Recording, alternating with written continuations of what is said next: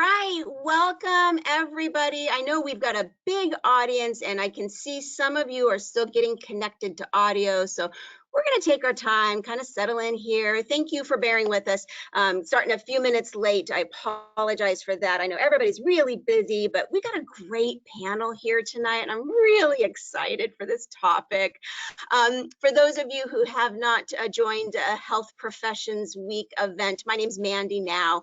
I'm the Executive Director of Health Professions Week, and happy to welcome this wonderful and brilliant panel. We're working on a couple of technical issues, so I'm going to actually kick this right over to Danielle, who is our moderator tonight, and she's going to work through introductions of our panelists for this really fun topic in pediatrics, and get our panel started with some of the great questions that you guys have submitted prior to the event.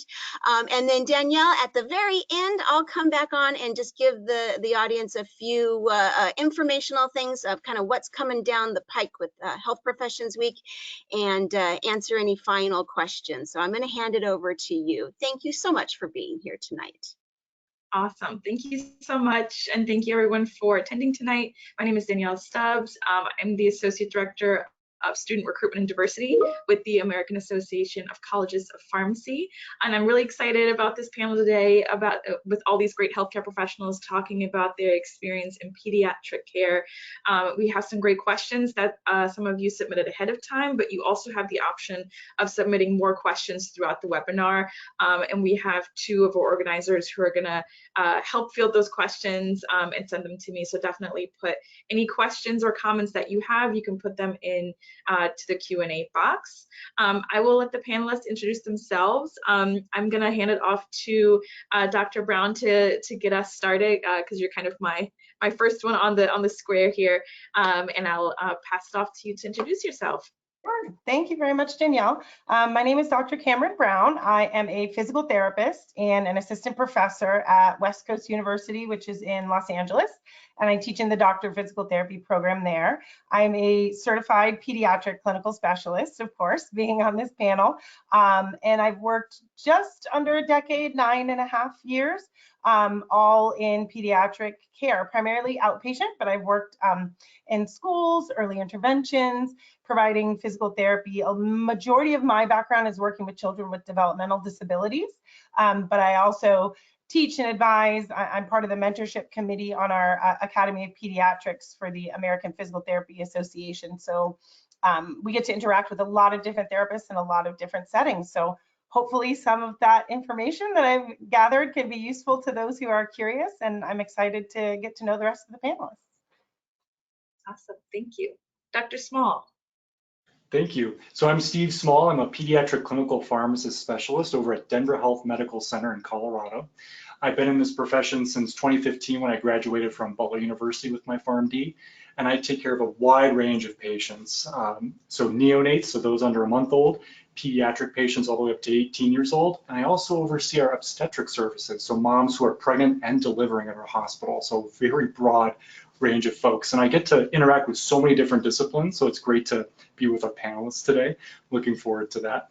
I have an interesting story that I can tell you later on, and the fact that pediatrics was not my first choice. And in fact, I'm so glad that I went into this field and sharing that journey. So thank you for having me here. Awesome, thank you. Dr. Hazelwood? Hi, just to clarify, I'm not a doctor. Sorry about that. I mess with science, that's okay. So I am a speech pathologist, and I work in the neonatal intensive care and the pediatric intensive care and the general pediatric unit in a large hospital in Albuquerque, New Mexico. I've been an SLP since 2007. I started out only wanting to help adults who'd had strokes, and through life circumstances, you find yourself making changes along the way, and I became a parent of a child who was born severely premature and ended up with a rare gastrointestinal disease requiring tube feeding and lots and lots of therapy. And I had to make a switch. I didn't know how to help him.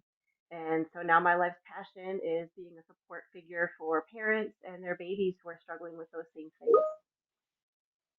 Great, thank you. And Dr. Pawlak? Hi, everyone. I'm so sorry that I'm having webcam issues, but I'm really excited to meet you all. My name is Dr. Kathryn Pawlak. I'm a board certified pediatric dentist. I graduated from the University of Maryland School of Dentistry and then completed my residency training at the University at Buffalo School of Dental Medicine, where I currently teach pre-doctoral dental students and postgraduate residents on their external rotations, which is really fun and so exciting. I started a non-for-profit called Planet Smilez when I was in college to get, kids really engaged in the field of dentistry and to encourage children to have great oral health habits going forward. So that's been my passion project. And at this point in time, I've, developed a lot and we're growing, and I'm excited to share with you guys about my journey and hopefully be able to provide mentorship opportunities for anyone that's interested in dentistry. And if anyone has any questions, I'm happy to answer. Awesome, thank you. Well, I would say we have so many great questions. I'm just going to jump right into our audience questions and see what we've got here. So I believe this one is for Dr. Small specifically, but the first question I have here is, why did you choose pharmacy as opposed to another career in the health professions? Absolutely. I really do enjoy chemistry and biology. That was sort of my top classes in high school and college. So trying to find a profession where I can combine those and help people was really what drew me towards pharmacy. But the truth is, every part of medicine has pieces of that. Maybe some focus more on other aspects than others. And pharmacy is very chemistry heavy. It's all about the medications. So being that expert on the team, knowing about that chemistry and biology and how we can use it to help people really drew me in. One other thing that I knew wasn't a strength of mine was physics. I'm not very good at physics. And in fact, a lot of the medical doctor's role can play a lot with physics. So that was not really something I wanted to pursue. But yeah, I would say those two topics for me specifically really drew me in there. Thank you. And I would say same question to others, like, why did you choose the healthcare profession that you did to work with kids? Because I think a lot of folks think it's like pediatricians. Everyone knows that term, but I don't think a lot of folks know that you can work with kids in so many different areas. So yeah, I'll just open up that question to everyone. Yeah, I don't mind taking this one too, because there always are, I think, like many folks in college or undergrad, it's like you change your major 3 different times, or well, I like this part, but that, or I like this class, how does that become a job? But for me with physical therapy, once I knew I would be medically oriented, because those are the courses that just really interested me, physiology, anatomy, the health sciences, aspect of it. I liked the tangible science. So chemistry was not my jam, as much, but things that I could, feel. My mom is a nurse, my older sister is a nurse, my aunt is a nurse, and I just admit that I don't have the stomach and I'm just too sensitive to handle all the real life things. And so I thought, well, is there some other approach I could take? And really what appealed to me about physical therapy specifically in pediatrics, but across the board, is just the amount of one-on-one time we actually get with our patients. I'm not going to go into a room and see you for 10 minutes and then hurry off to the next one. I think it really combined the components of sort of coaching and teaching and educating the patient on what's going on, and all that really made it feel like I could do a little bit more personally one-on-one and develop longer relationships. Plus it's sort of all about how movement can be medicine and how we all need movement in order to live, and that was something that just kind of made sense to me and that I felt like I could promote. I felt like not everybody has a great understanding of their own body or how it works, and because that was a strength of mine, I said, well, maybe I can contribute this somewhere, this piece of my life that I would like to share with other people, the kind of joy of moving your body around. And so PT really kind of found that niche for me. And then pediatrics actually came later, similarly. It was sort of, I knew the profession, and then I realized, oh, you could do this with kids. That's a bonus. But definitely it was the coaching and the one-on-one time that really kind of drew me in.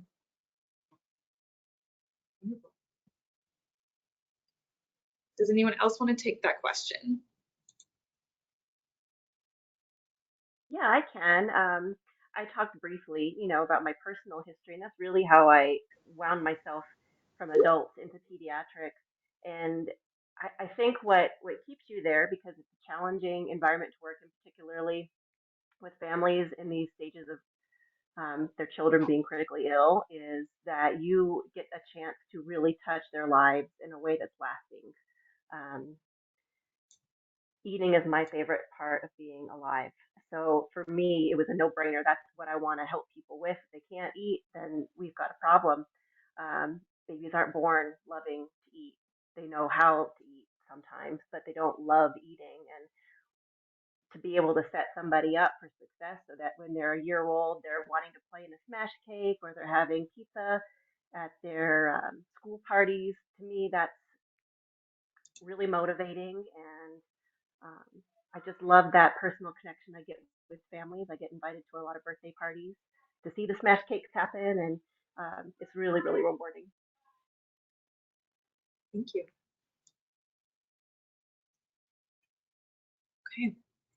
How many years, and this is again for everyone, how many years of school did it take to be the profession that you're in?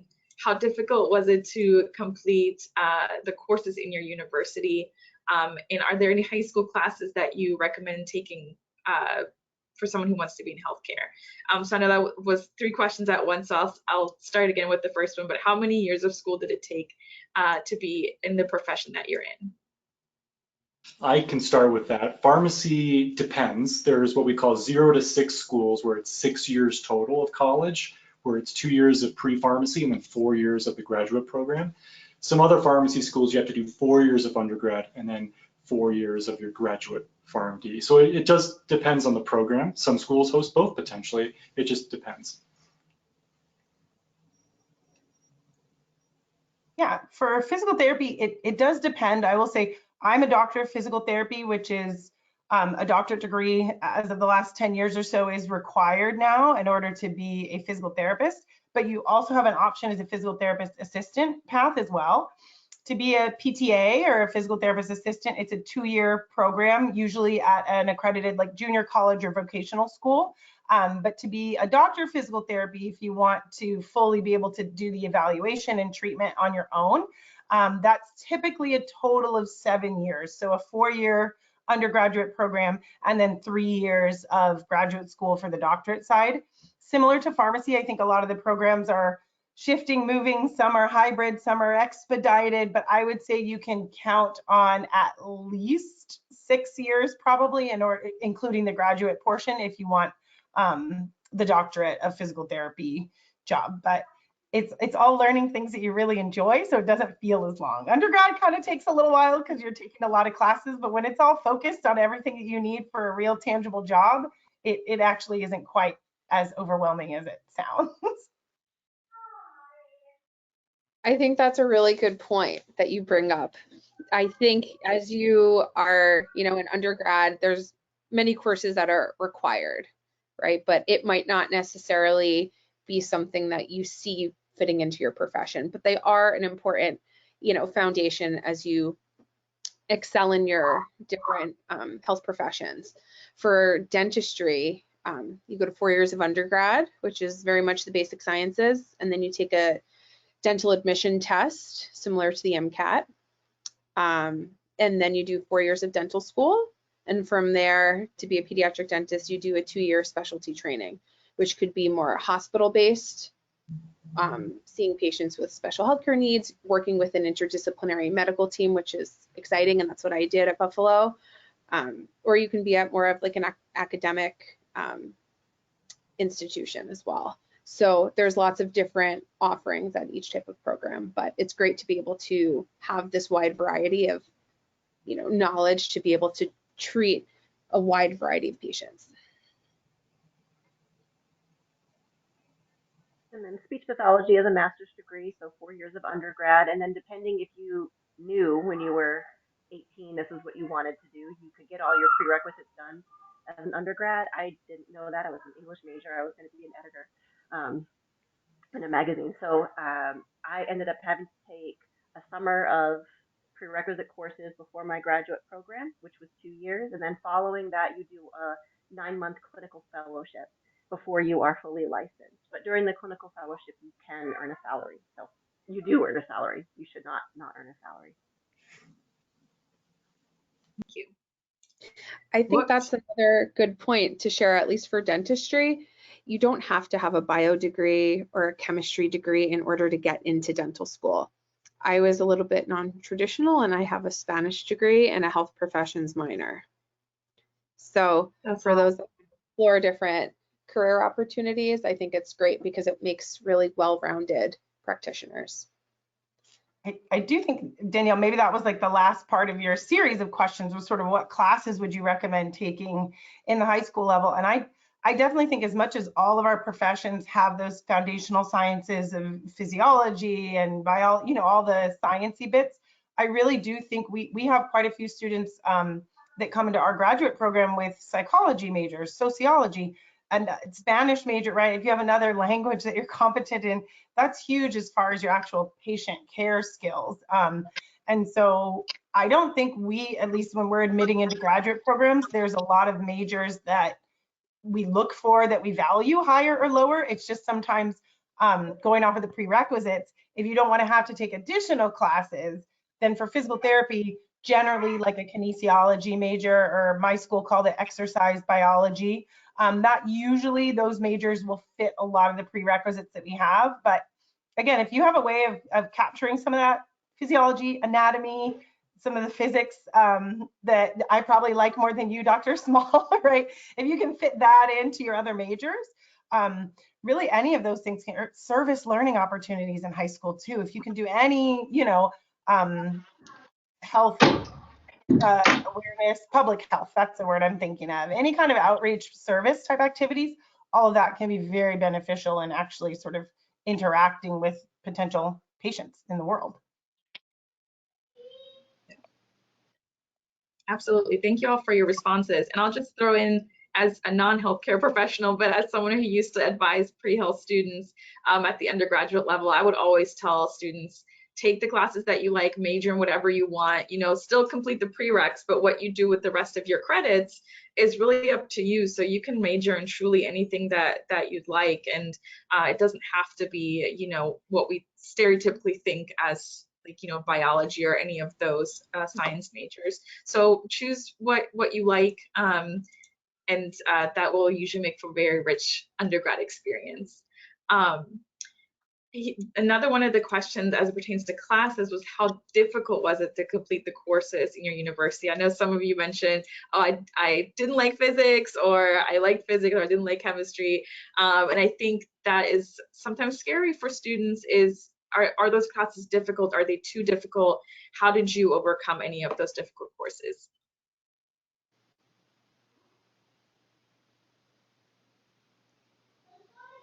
I feel like I've been talking too much, but if I don't mind taking it first, I will say, as a faculty advisor and as someone directly working with grad students, I'm not going to call it easy.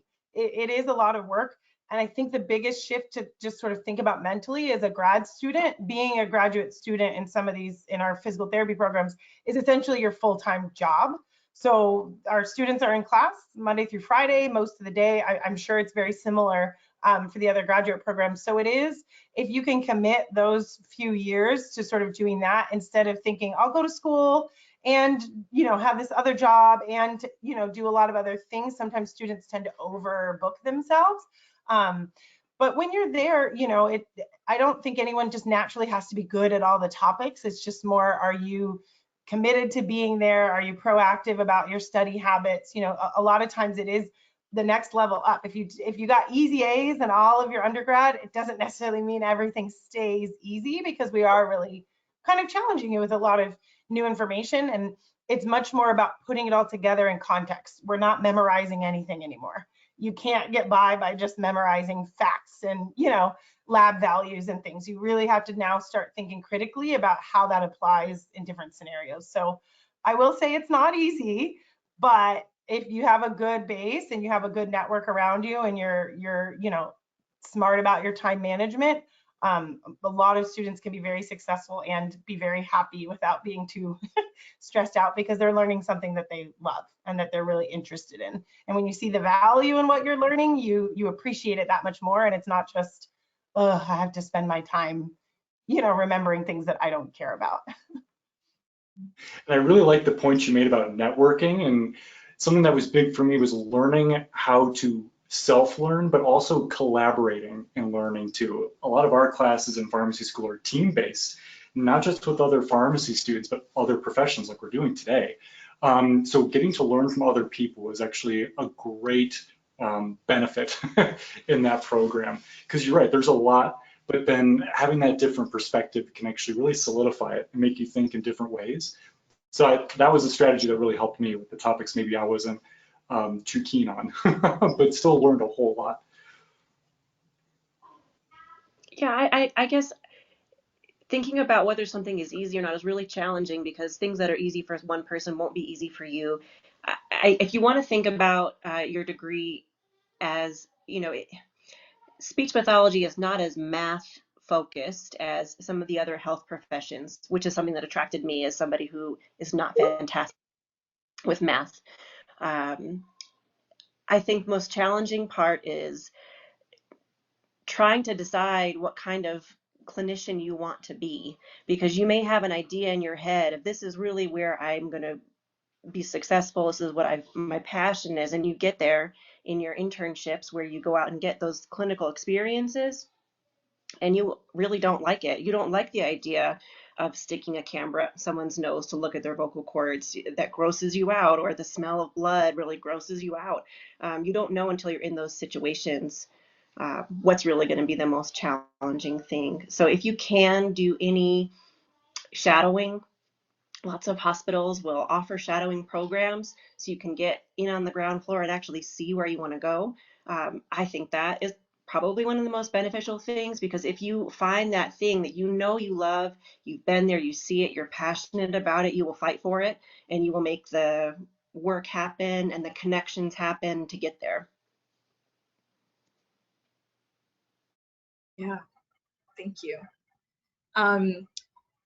So more about classes, but what are some study strategies that you all used in grad school, especially with thinking about having a very full schedule? What helped you with memorization with limited study time?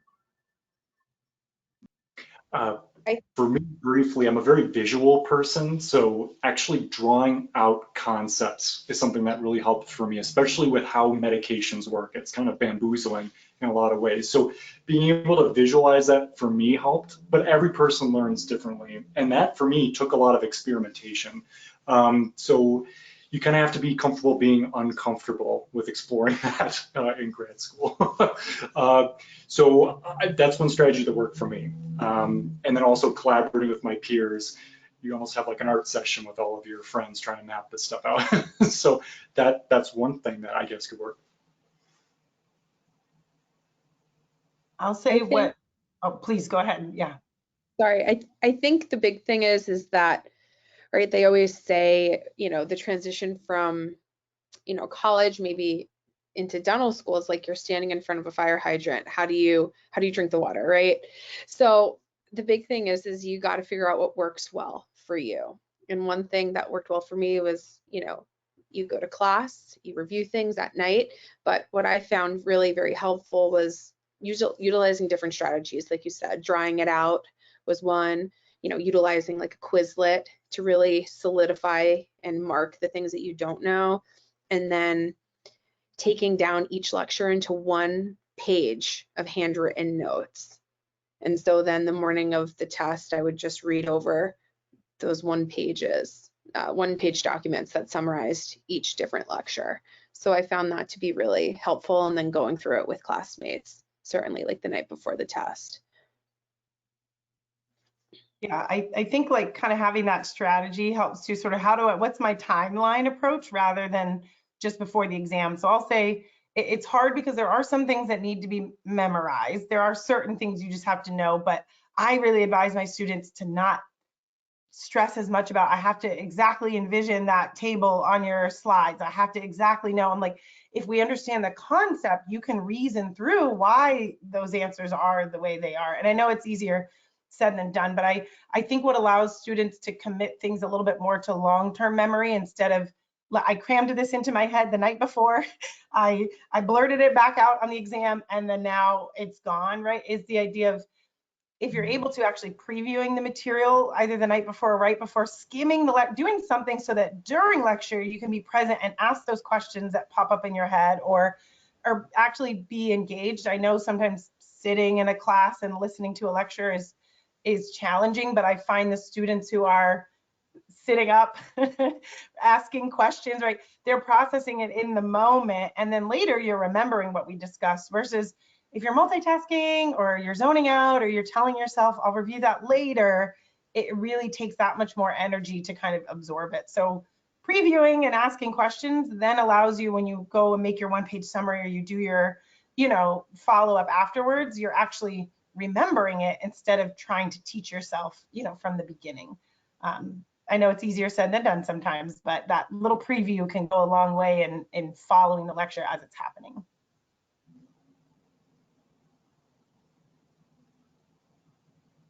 Awesome. Dr. Small, this one is for you, but is it possible to succeed as a pediatric clinical pharmacist if I have had difficult time with organic chemistry? Organic chemistry is the bane of every pharmacy student.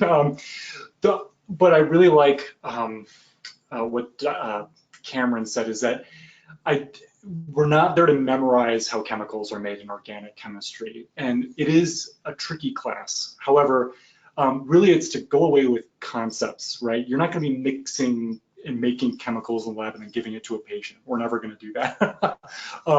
It's really about knowing some of these structures of how these medications work, and then maybe applying that at a small scale, and then realizing what's the big picture. How does this medication then help treat this patient's heart disease or even their cancer? I would say don't stress out too much about organic chemistry, because in reality, during my day job, it's like the last thing I'm thinking about. But know that it's there and respect that chemistry, because it plays a huge role. And that's probably what I would take away from that class. It's a great question. I'm still asking myself that to this day. I love that. Here is a more like getting a little bit away from study habits and things like that. Let me see. What are your experiences, if any, with neonatology? How do you deal with the emotional toll working in pediatrics and working with kids? That's a huge topic in this profession, especially in an era where we're talking about clinician burnout. There are things we see in pediatrics that are horrifying sometimes. But I think something that helps me in this job, because I deal a lot with neonates and small babies. I deal with kids all the way up to 18. And I've seen patients in those age groups die, and that does happen.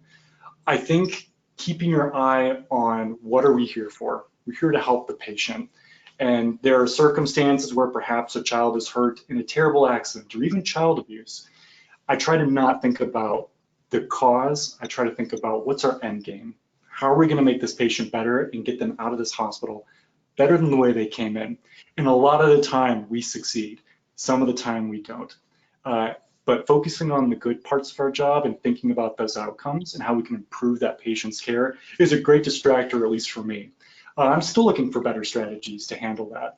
I once had a colleague come up to me after a cardiac arrest for a small patient and tell me, Steve, how do you handle this? And I had to be honest, and I said, I don't think any of us handle it. We cope and find ways to support each other. And for the next patient, we're going to find ways to do even better. I'm curious what other clinicians on the panelist group have, because we all have our different strategies. I'm always curious what other people do. I think in our team, we really rely on each other to say that I have burnt myself out with this particular situation or this family. I need someone to tap in. Sometimes the patients only want to work with you, which is very challenging. when that happens, because those are often the cases where they are the most emotionally fraught. So having a team that you can rely on to share your burden is important. And that's, I feel like a lot of people focus on their dream job, but you need the dream team.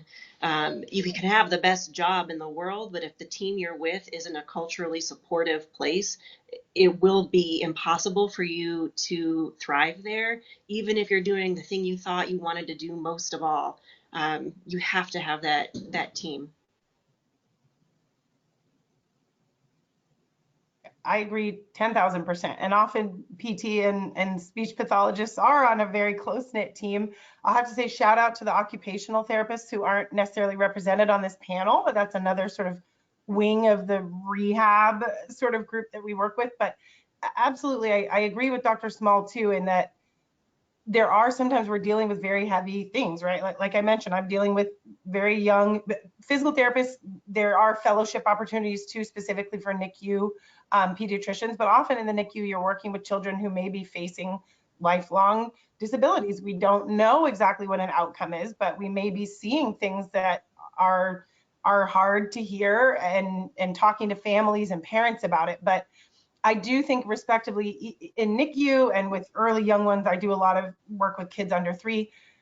The really sad, really kind of hard to handle situations are a smaller chunk of what we do. And I think getting to fill our cup with the more positive outcomes that we do get to see, and even for families who or a child who has a poor prognosis, right? Maybe we know they may not have this beautiful outcome and skip into their future lives totally unscathed, but we can still make really small changes. So even if it's just today they were able to achieve one small thing they weren't before, right? We learn to really appreciate even the tiniest of wins, because to us, a given family, that could be huge, right? Something that other people may take for granted, taking your first bite of birthday cake, right? Like I have kids who may never walk independently in their life, but if we get them to use a walker, right? If they're crawling somewhere, right? There are so many other things that they can still achieve that I feel like that does fill my cup up enough consistently that when some of it needs to be poured out because it's just a tough day, there's still a reserve. But the team, absolutely, you need a good team around you in order to kind of face through that for sure.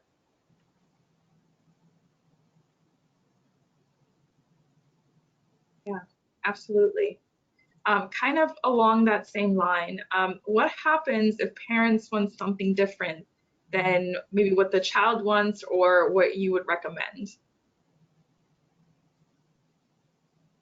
I think this is. Oh, you go first. This happens a lot in feeding therapy.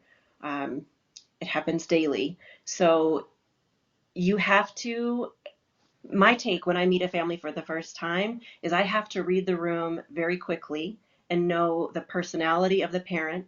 The baby is the most important, but the parents control the baby. So if you want your plan to move forward, you have to have buy-in from the family. And you don't get there by acting as if you know the best answer.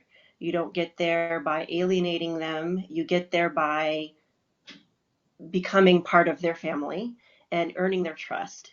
And when you have their trust, they are willing to listen to things that they may not have been willing to listen if you just led really strong. And I think that's one of the benefits that we have if you're a bedside clinician, is that you get to build that relationship. I think that's challenging for the neonatologist who might come in and out really quickly to a situation. We sometimes have that chance to sit there for an hour and let them vent to us and earn the trust, and then they're willing to make a decision that they weren't previously willing to do. But you have to have the buy-in from the parent, and you learn this the hard way by trying to, I know what is best, and we don't know what is best. The parents are the key.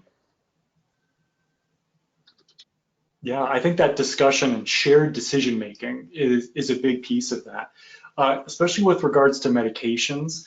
There's a lot of risks I know about that maybe the family doesn't know about. I like to share, like, I definitely can see that option, but there are some concerns I have. What do you think about these concerns? There are some medications that parents may want where they are unsafe, and we have to present that in not a hard way, right? We have to show that we have concerns, right? And sometimes you can lead them on the path, and sometimes we make compromises, right? It's all about that shared decision making. So I totally agree. You want to come off too gruff, you're not going to get anywhere. Well, and we definitely see it, especially if we're talking, there may be a difference in my thoughts, the parents' thoughts, where do we bridge in the middle? But even looking at if they want something different than the child's, which may be expressed explicitly or not, right? But I have some kids who have zero interest in a certain activity, and their parents are like, but they have to do, you know, I really want them to do this. And we do have to bridge that gap of, okay, what's ultimately going to be the most meaningful for your family as a group. And again, it comes down to, I think, really a beautiful balance of what you both spoke to is recognizing that the parent is the expert on their child. As some parents are like, I don't know, you're in charge, don't ask me. And some parents are, you know, have a harder time, and letting them know we are a team, right? I'm an expert in this area, you're an expert in your kid.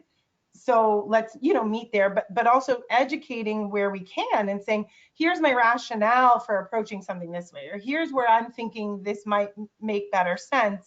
And with that bit of reciprocal education, you can really meet in a lot of ways. And sometimes it is just, you know, as a parent myself too, there is no handbook, right? Being a parent does not in any way mean you know what you're doing in all aspects of the world. So really for me, having worked with multiple children for multiple years in different settings, you do start to pick up, oh, they might be doing this because they're feeling this way, or here's maybe my read on it. Are you? And sometimes the parents are figuring their kid out in that way. And so I just share my observations. Kind of, you say, well, here's what I'm seeing and where I'm thinking. Where are you coming from? And meeting in the middle. But there are definitely times where there's challenges and disagreements there, and ultimately I'm here to help you and your family and your child. So if my idea is not the same as yours, then that's okay, right? Like, it ultimately needs to be, what is the outcome we're looking for? Can we still find a way to get there? Yeah, I think that that's a really good point. One of my mentors, when I first got into pediatric dentistry, taught me about the treatment triangle, which is, you know, you have the patient, you have the dentist or the practitioner, and you have the parent. And if one part of that triangle fails, the appointment becomes really very, very challenging. But us in like a health professional field, our primary concern is always like the child's health and well-being. So many times we want to have that facilitation of open communication to try to reach that consensus. And sometimes it's really just like discussing the child's fears or concerns and addressing any misconceptions.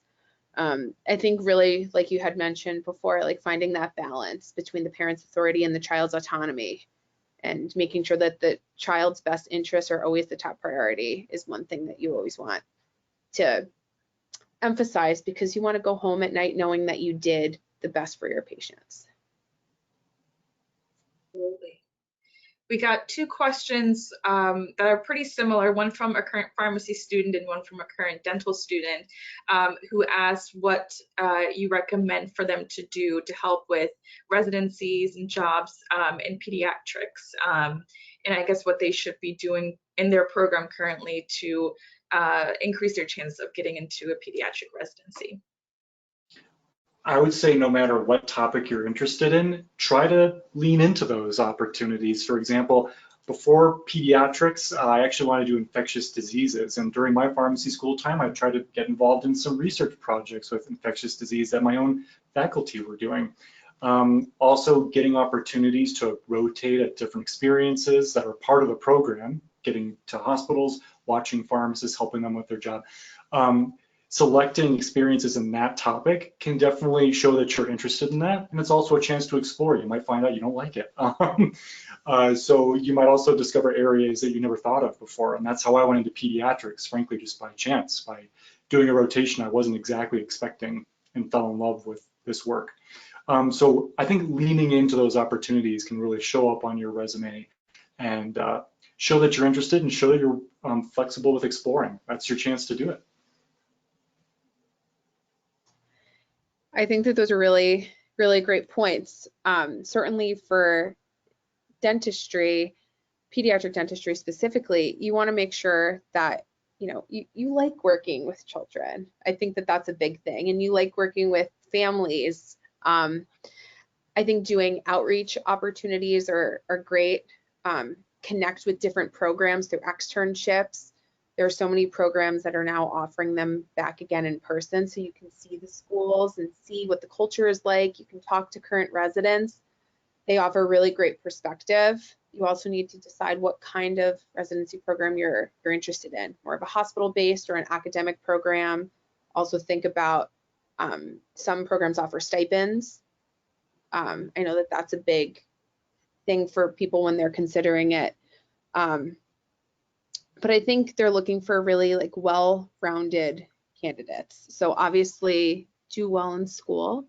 That would be first and foremost. And then, community engagement is such a big part of what we do. So I would say that that's a really strong component. And when you're going to your interviews and visiting these places, you want to demonstrate that you are a team player and that you are accountable, because you want to be able to be there to serve your patients in the community. Absolutely. How are you prepared to treat neurodivergent children in your particular field? This person had a very specific example, but so I'll still read it, but anything applicable to your field. But a pediatric ophthalmologist trying to care for an autistic child who needs their eyes dilated, and I thought that was such a great example. I was wondering if you all had anything similar in your fields.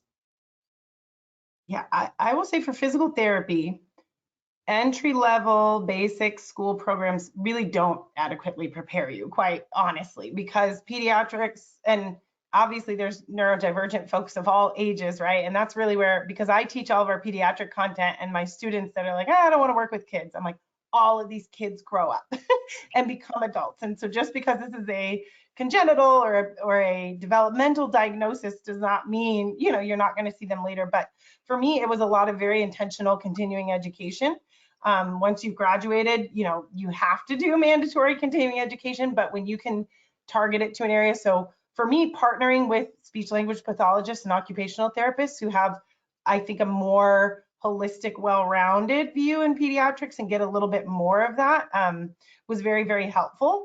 And of course, by working with more families, doing my own active sort of research, evidence informed, things like that. But I actually even just last fall in October specifically took a course on treating autistic patients across the lifespan, because that is something that does take more intention. So I think in general, a lot of the biggest takeaways I've had is more understanding sort of what may be going on with an individual, why they may be resisting a certain thing, right? Are they sensitive to these certain stimuli? Are they this and that? Because for me, I do a lot of hands-on work.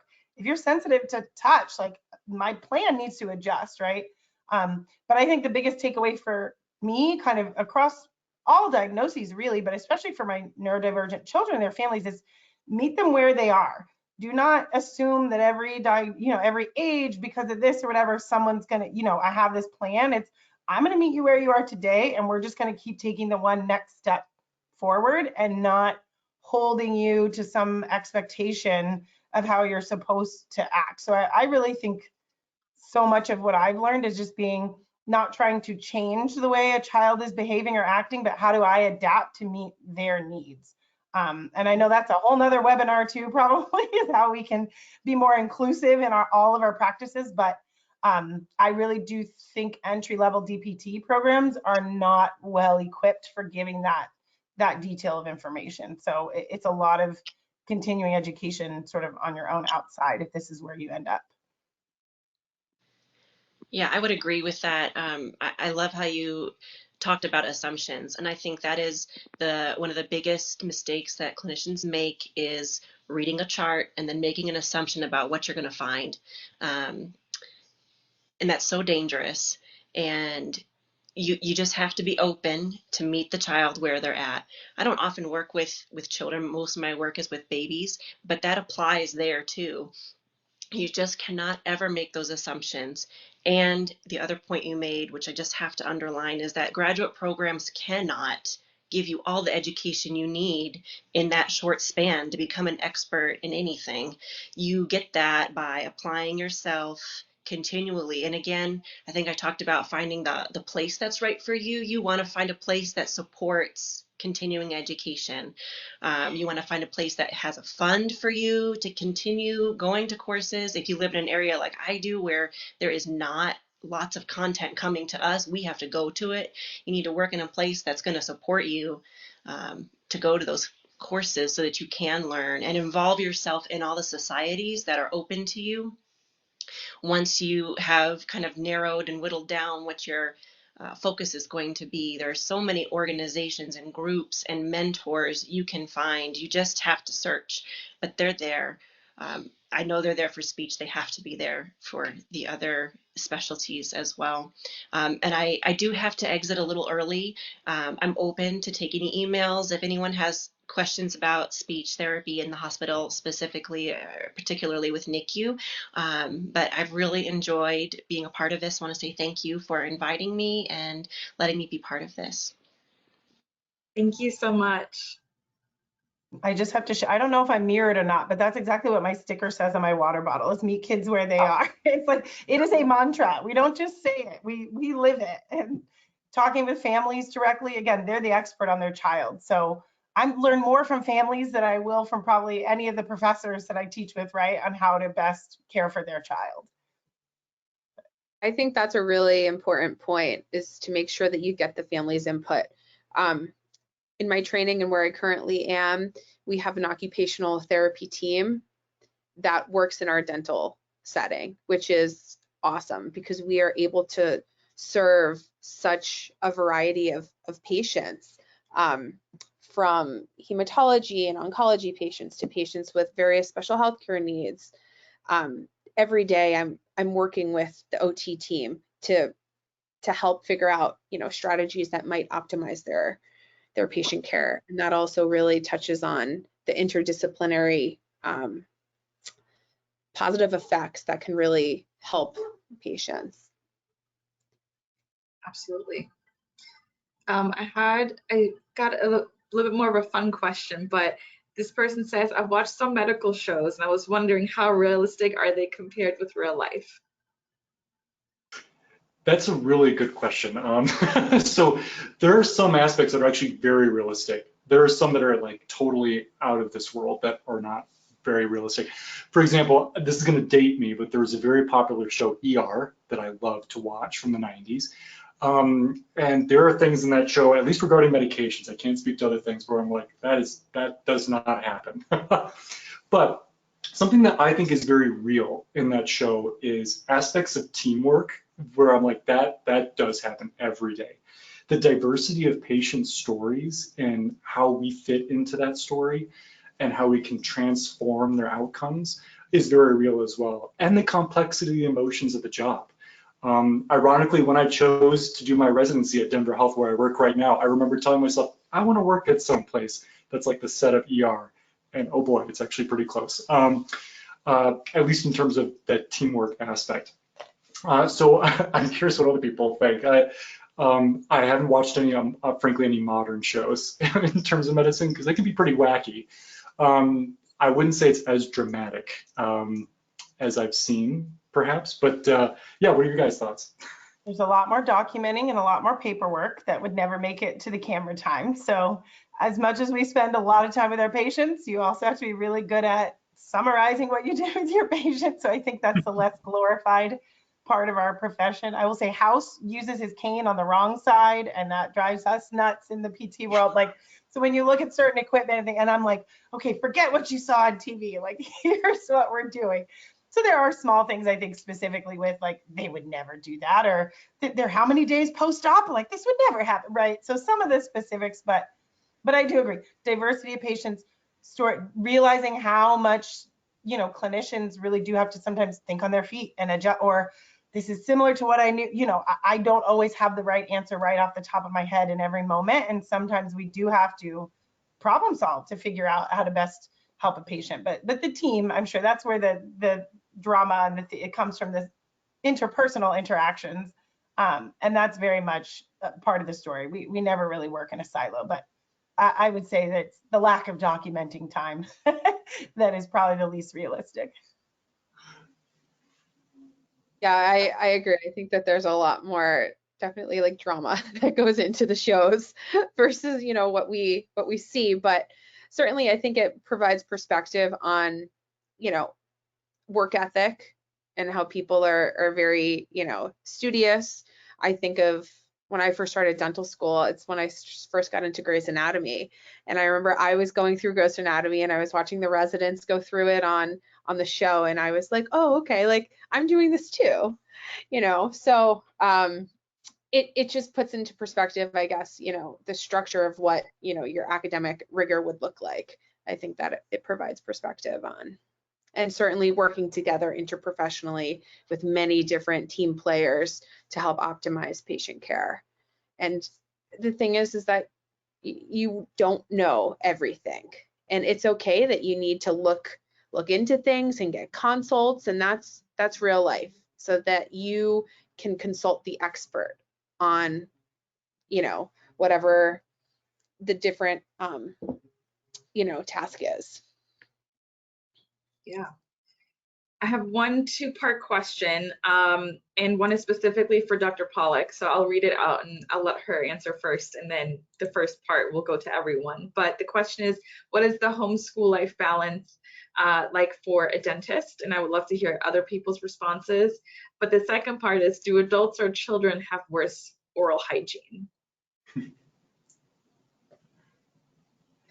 So the homeschool life balance for a dental student certainly can be challenging, because dental school and residency is certainly known for its rigorous curriculum and demanding schedule. But the one thing that you know, want to think about is that as the curriculum progresses, you're starting to juggle lectures, labs, clinical rotations, studying, which can obviously constrict the time for personal life. But you need to make sure that you still, you know, have time to do the things that, you know, fuel you, right? So effective time management, I think, is what is really keen into being really successful. You know, we had talked a little bit about like burnout, and, you know, being a student can also cause burnout. So you want to find ways that you can de-stress, such as having regular exercise, have a hobby. I know that many different dental schools and residencies, they have different sports teams. Like I was part of like a rugby team, and we would do that on like some nights, and kickball and things like that. And I was a skier, and so that kind of like helped, you know, fuel things, right? And it was really invaluable for maintaining a healthy balance.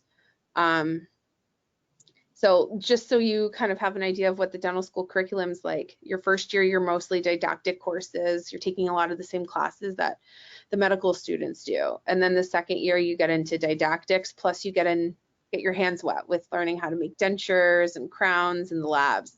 Third years, you're still taking classes, but then you're treating patients.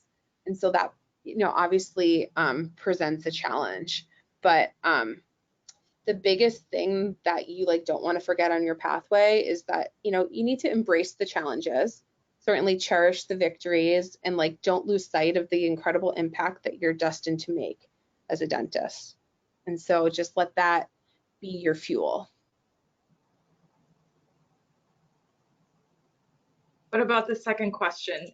Do adults or children have worse oral hygiene? Oh, I think it's interesting, because I think if you look at different demographics, right, you're going to see different presentations. But children have like a higher incidence of like gingivitis, and which is like inflammation of the gum tissue as they get more into like their adolescent years. And adults, certainly, you might find adults that have pristine, perfect dentition, but others that certainly might not. So I think it's all about having a strong prevention plan, and to certainly like work with your patients, because as we had talked about before, like kids do have adult needs. And so many of the patients that I treat, even 11, 12-year-old patients need root canals and crowns or need teeth removed. And so it's really about catering to what the patient's needs are. I can speak to that. I had a full implant at 16. That's no fun for a teenager. Wow. And I told all my friends I got it knocked out in a rugby game. So there's our connection. I did not, but that was my fun story to tell people because I was started playing rugby in high school too. How Fun. cool. But yeah, we'll make this the last question because we are right at time, but I do want to hear from you both too. What is the homeschool life balance like for a physical therapist and pharmacist? Yeah, I would echo. Oh, you go first. I was just thinking about there's the student side and then there's once you're working. So maybe if you're thinking about these different professions and once you're working, and I do think what draws a lot of people into physical therapy and similar, I'm sure these other fields, is the potential for flexibility in your schedule depending on what you want to do, because you can work per diem, you can work in home health and drive around your area, you can stay somewhere close. So I do think that once you're working, the balance is nice, and it is it's one of the jobs where you can take some things home, I think, more emotionally than workload right? Like if your time management skills are good, and like I mentioned, documenting, that's probably the bane of everyone's existence, but for the most part, you can finish up for the day and head home and not have to take loads of work, you know, on the weekends and stuff. But I do carry my patients, and I may be in the middle of a shower and go, oh my God, I want to try this one thing next week, you know, and it just kind of stays with you. But the balance is nice. And especially for me, it's a job where you're moving and you're interacting with different people. I mean, now I'm teaching more, so you're sitting in front of a computer, which is what I was trying to avoid by getting this career. But I do think because the actual work part is doing something you enjoy and that you value, it doesn't feel quite as draining at the end of the day, which is why it really is so important. I mean, we talked about what fuels you. Ultimately, if this is the place where you belong and where your passion is and what you're truly committed to, that really is the biggest kind of counter to the burnout, is because you know there's value in what you're doing. If you're just going through the motions to get a paycheck, don't waste multiple years and $1 gajillion in grad school, right, to get there. So I think the balance as a working professional is pretty ideal, and I've loved that I've had flexibility in my career in a lot of ways, similar to you all. You know, you can work in many different settings and just find something that really fits for you. Yeah, and I would say all of that applies to my experience in pharmacy. And I do want to emphasize what both were saying, is that to maintain being a human being, a human professional, you have to be intentional about that. So you have to make time to be yourself. Some people think, and I had this problem where I just thought, oh, it's going to come my way. I'll be myself when I have the opportunity. That opportunity can totally pass you by. There are people who learn that 10 years after the fact, and that's unfortunate. Learn that stuff now, because now is the time to develop those habits of, no, I'm going to dedicate time to do my hobby today. And that doesn't detract from it, because people think, well, if it's not spontaneous, it's not me. Do make sure you had that intentional time dedicated to do what you do outside of work, right? I don't do pharmacy in my free time doing that. So make sure you're intentional with that. And that's everything that I think I can offer to you guys today. Thank you. We got so many more questions and that we just didn't get through, but it just shows how interested these students are in the work that you all do. And thank you so much for taking the time out of your evening to speak with us and answer questions. I might reach out after with a few more follow-up questions because we got so many good ones. But thank you again so much. And I'll hand it back to Mandy to close us out. Wonderful. Thank you. Oh, there, I was gonna say, I'm waiting for my camera to come back on. Yes, I agree wholeheartedly. We have a whole list of questions that we did not get to. And right before Anne left, I dropped the health professions Gmail into the chat. If there's a question that you have and we didn't get to it tonight, feel free to reach out to Health Professions Week. We're more than happy to help, forward it out to the right professionals professionals who might be able to give you some insight into, you know, tracking down the answers to your questions, because a lot of these are very nuanced questions, and you know, you really, in order to get the right answer for you and your situation, sometimes you need to talk to a couple of different mentors and advisors. So with that said, I also want to say thank you, Danielle. Thank you to the American Association of the Colleges of Pharmacy for hosting this event tonight. Thank you to Katie and Gabriella, who I did not give a shout out to at the top of the webinar. They were reading through these questions and trying to forward up to Danielle, and we got a lot of questions answered in the chat feature as well. So I just want to say thank you to you all for being with us tonight, and thank you to our panelists. One of the things I am going to drop into the Q&A is a link to our website. So we have many more events going on this spring, and so you can get a list of them. You can simply log in using the same email that you used in order to register for this event. There's no password required. You just log in with the email, and it will take you into our digital platform where you can see all of the events that are being hosted this spring. Some are in person and some are digital and virtual. So with that, I am going to stop